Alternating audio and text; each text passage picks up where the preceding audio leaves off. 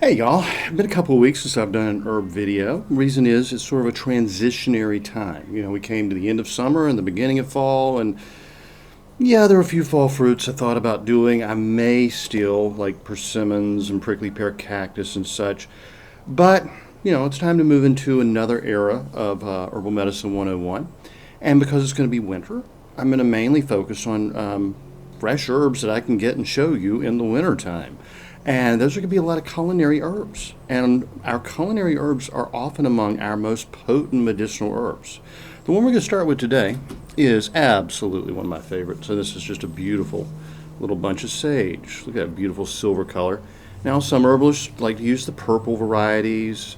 I like all of them. And for cooking, I especially like this one. Oh, word, that smells wonderful.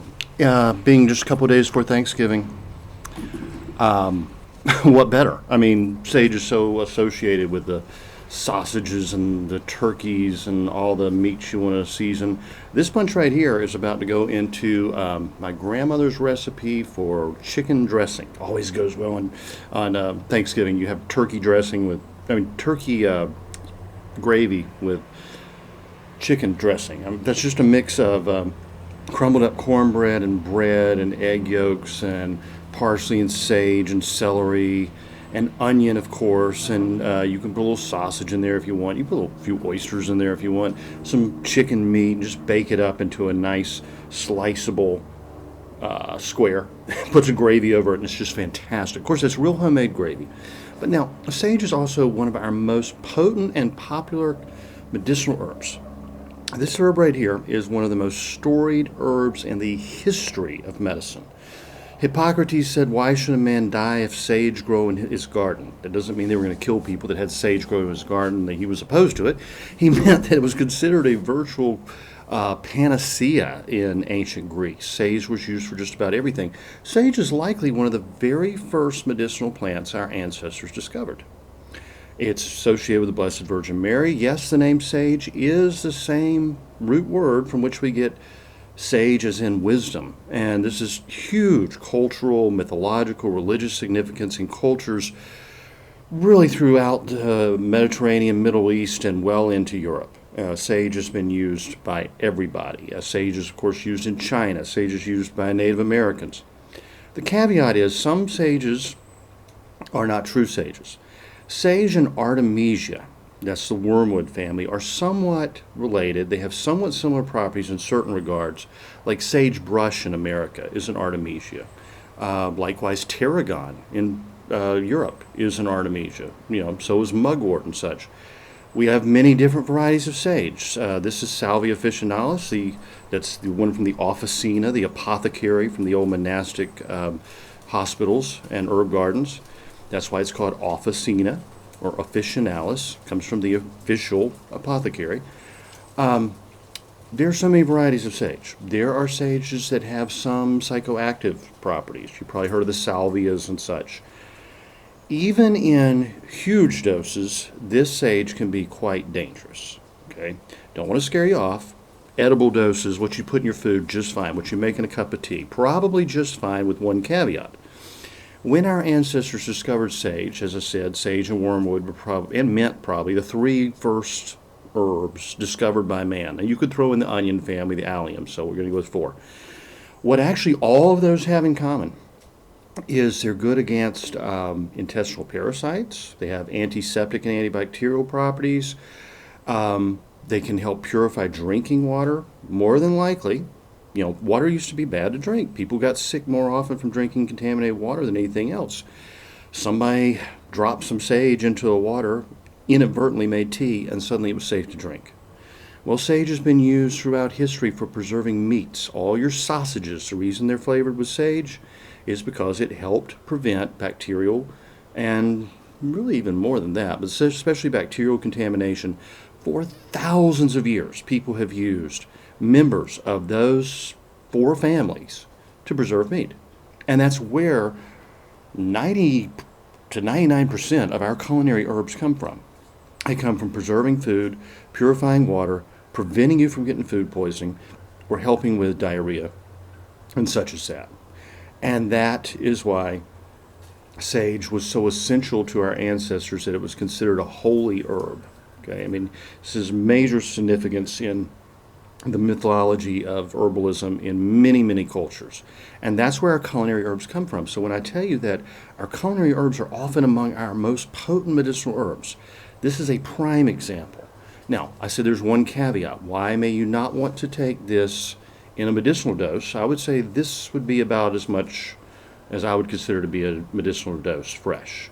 For dried, maybe a tablespoon. But, I'll leave that up to you. I'm going to recommend not to use much sage at all if you're pregnant, because of the same properties that allow it to kill, bacteria or get rid of worms in the intestines and such as that can be extremely dangerous during pregnancy, and I mean would do extreme harm to the child and the mother.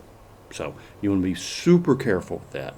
And as I said, all sages are not the same. Some members of the family actually have psychedelic properties.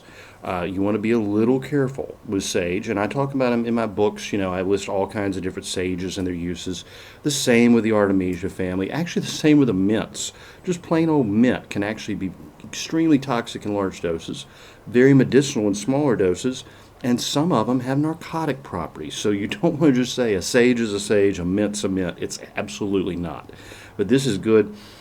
Excellent smelling culinary sage. This is making me crave sausage like you wouldn't believe. I may have to go in and fry up a couple of patties. But let's get into specific medicinal use. Now, I'm going to turn to my notes. Lay that down for a second. Specifically, sage is really good for the digestive system. It has antiseptic qualities. And by the way, these notes are actually coming from naturalmedicinalherbs.net. That's Plant for a Future. I want to give them credit. When I need a brief summary of an herb, I tend to be long-winded, so I actually don't turn to my books. I actually go to Plants for a Future or naturalmedicinalherbs.net, I think it is. Really good European, English, I think, website. Anyway, they say that very good for the disorders of the digestive system. Its antiseptic qualities make it an effective gargle for the mouth, where it can heal sore throat, ulcers. It is astringent, carminative, cholagogue, galactofuge. Let me get into some of this stuff. All right, well, before I do, they also said the leaves applied to an aching tooth will relieve the pain. It's antiseptic. Okay, antiseptic means it can help, kill germs. Antispasmodic means it can help with cramping. That makes it specifically good for diarrhea because of the intestinal cramping. Astringent, which means it tightens tissue, takes out swelling and tightens and dries tissue, which makes it excellent for sore throats. Sore throats, runny nose, sage is my go-to. I mean, that's like one of the first things I start with. Carminative means it's good for an upset stomach, especially. Galactofuge, that's an interesting one. That means it reduces lactation in nursing mothers. Sage has a really unique property to dry things up. We'll get into that a little bit more in a minute. It's stimulant, especially to the digestive system, tonic, especially to the digestive system. It's also stimulant to the mind. Sage has been used many times by many peoples to just sharpen the mind and improve memory. One of the reasons it's associated with wisdom. It's the aroma. It's a real thing. It's not myth. It's a vasodilator. It does dilate blood vessels and can actually help lower blood pressure in some instances.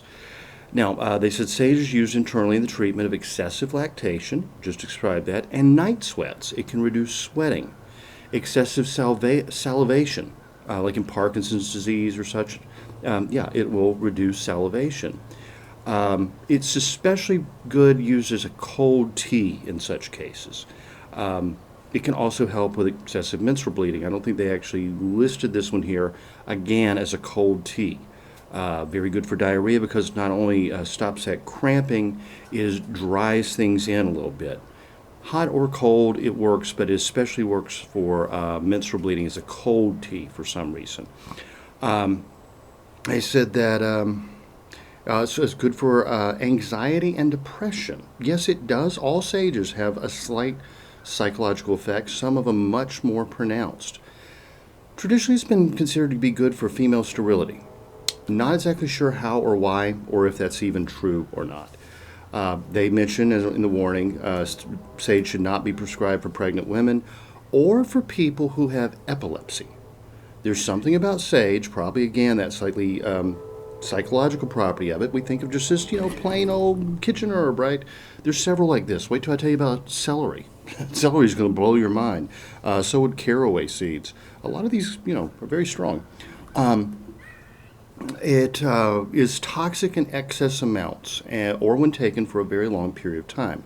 Large doses, long period of time should definitely be avoided. Again, that's a medicinal dose. That's using a tincture or a very strong tea. That's not putting it in your food. That's not putting it in your stuffing or dressing. By the way, we call it dressing in the South. They call it stuffing up north. It has to do with the Victorian ways of speaking in which stuffing was considered to be somewhat of a vulgar term. But in the South, we still say dressing. Externally, it's used to treat insect bites, and it can actually help repel mosquitoes and such if you rub it on the skin. It also helps with the inflammation, that astringent property. All members of the mint family would do the same thing. All members of the Artemisia family would do the same thing. Good for the skin, throat, mouth, gum infections, vaginal discharges. Says to the harvest leaves before the plant comes to flower. Yeah, that's generally when they're going to be strongest. And dry them, but of course I have some nice fresh leaves right now, and my gosh, I'm telling you, the scent of this is amazing. Now, the only other thing, let's see, the essential oil of the plant can help with relieving mucus from the respiratory organs, especially the, lungs, essentially throat and lungs, bronchia. But can be quite toxic. Definitely don't use the essential oil internally without expert advice, and I would never use it straight. It can be very dangerous. Needs to be cut with a neutral oil like olive oil or something. It can also be used externally, though, for rheumatism or arthritis. Now, large doses can cause epileptic fits, as they call it, or seizures, as we would say in the United States, giddiness, meaning dizziness. And that pretty much, I think, wraps up the medicinal uses. I will say one thing. A couple years ago, I was at a relative's house, and we were all coming down with bad colds with a lot of congestion and sore throats. And I thought, I need some sage. Affluent, large city, called up the local herb shop. They had no sage. They had sage bush, and they didn't know the difference between the two. I said, no, wait, that's an Artemisia. You can't use these two interchangeably. They didn't even know that. Yeah. So I called every herb shop within like 100 miles. Nobody had dried sage, rubbed sage, as they call it. I ended up ordering some, but you know what I did in the meantime? I went to the grocery store and bought sage. You can absolutely go to the grocery store and buy sage, especially, in ethnic food aisles, like on the Mexican aisle or something, like the Badia brand. You'll get an ounce of dried sage for like a buck and a half. And because it's a grocery store, you get more turnover, you get fresh sage. This beautiful fresh sage, which really impressed me, came from the local grocery store for 99 cents. This is the way to go, in my opinion, unless you're growing it yourself, which I usually do. So y'all have a wonderful Thanksgiving. Enjoy your culinary herbs, stay healthy, and I'll talk to you next time.